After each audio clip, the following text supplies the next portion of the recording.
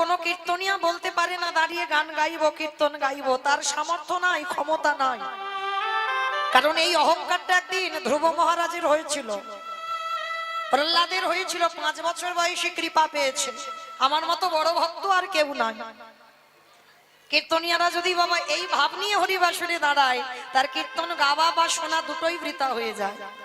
তা যেদিন ধ্রুব মহারাজ ভগবানের কাছে বলেছিল, প্রভু আমি 5 বছরে কৃপা পেয়েছি, আমার মতো বড় ভক্ত আর কেউ নেই, তো বৈকুণ্ঠপতি নারায়ণের একটু অভিমান হলো, ধ্রুব 5 বছরে কৃপা পেয়েছে বলে তোমার বড় অহংকার, তাই না? তবে আজ আমি তোমাকে একটা জিনিস দেখাবো। কি দেখিয়েছিল জানো? ধ্রুব মহারাজের হাতটা ধরে নিয়ে গেছে বাবা বিশাল বড় একটা পাহাড়। পাহাড়ের কাছে গিয়ে ধ্রুবকে ভগবান প্রশ্ন করছে, ধ্রুব ভালো করে একটু কান পেতে শোনো তো দেখি কি হচ্ছে।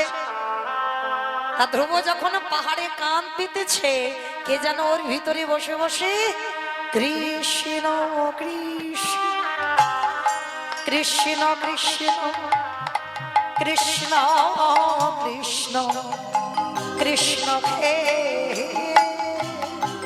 কৃষ্ণ কৃষ্ণ কৃষ্ণ কৃষ্ণ কৃষ্ণ দেখা রে।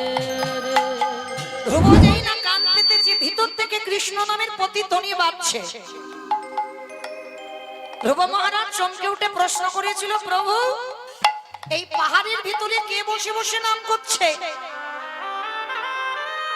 ভগবান হেসে বলেছিল, ধ্রুব ভালো করে দেখো তো পাহাড়টা কি দিয়ে গড়া আছে। লক্ষ্য করলো মা, পাথর দিয়ে নয়, মাটি দিয়ে নয়, ইট বালি সিমেন্টের গাঁথাও নয়। ভালো করে নিখুঁত করে লক্ষ্য করলো, ওই পাহাড়টা তৈরি ছিল বাবা মানুষের হাড়ের পাহাড়।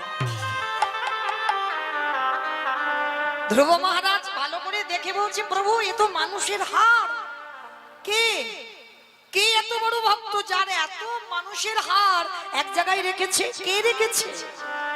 ভগবান হাসছে আর বলছে, ধ্রুব অন্য কেউ নয়, ওই হাড়গুলো আমি রাখতে রাখতে হাড়ের পাহাড় হয়েছে। প্রভু হাড়গুলো কার? কে এত বড় ভক্ত যার হাড় তুমি ভগবান গুছিয়ে রেখেছো? কে? ভগবান হেসে বলেছিল, ধ্রুব ওটা অন্য কারোর হাড় নয়। ওই যে কটা হাড় দেখছো, হাড়ের পাহাড় তৈরি হয়েছে, ওই হাড়গুলো হচ্ছে তোমার দেহের হাড়।